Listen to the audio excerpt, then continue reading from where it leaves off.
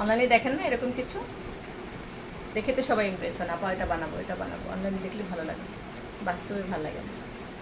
এটা পরবেন, হাতে পরবেন, এই যে দেখেন কেমন লাগে, ভালো লাগে? লাগে না, ফুচকায় থাকে।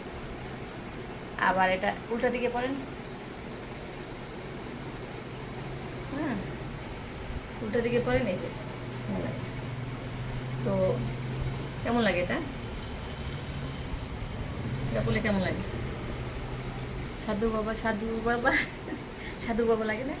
তাহলে সাধু বাবা পড়বো না আমরা, এখন আমরা যে পড়বো উল্টায় যদি পড়ি বলে উল্টায় এইভাবে দেখা যায়, এই যে উল্টায় এটা দেখা যায়, তাহলে ভালো লাগে না কিন্তু। কারণ কি, আমরা অনলাইনে অনেক কিছু দেখি, দেখার পর সাথে সাথে আপা এটা বানাবো ওটা বানাবো অস্থির হয়ে যায়, কিন্তু বাস্তবে এসে দেখবেন ওটা অতটা সুন্দর লাগে না।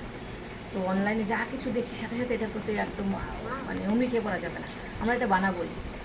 আজকে কয়েকজন আপা আসে এতগুলো কাজ করে নিয়ে এসে একটা কাজও সুন্দর না, সে অনলাইন দেখে কী শিখছে আল্লাহ জানে, বলে ভিডিও দেখে শিখেছে, একটু সুন্দর না। অনলাইনে তো ভালো ভিডিও দেয় না, আমরা তো ভালো ভিডিও দেখি, কিন্তু বেশিরভাগ ডিফল্ট।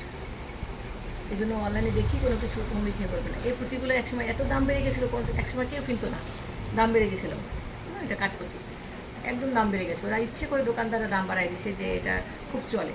অনলাইনে এটা দেখার পরে সবাই কিনতে চায়, আবার এটা কিনবে, কিন্তু বানানোর পরে ভালো লাগে না।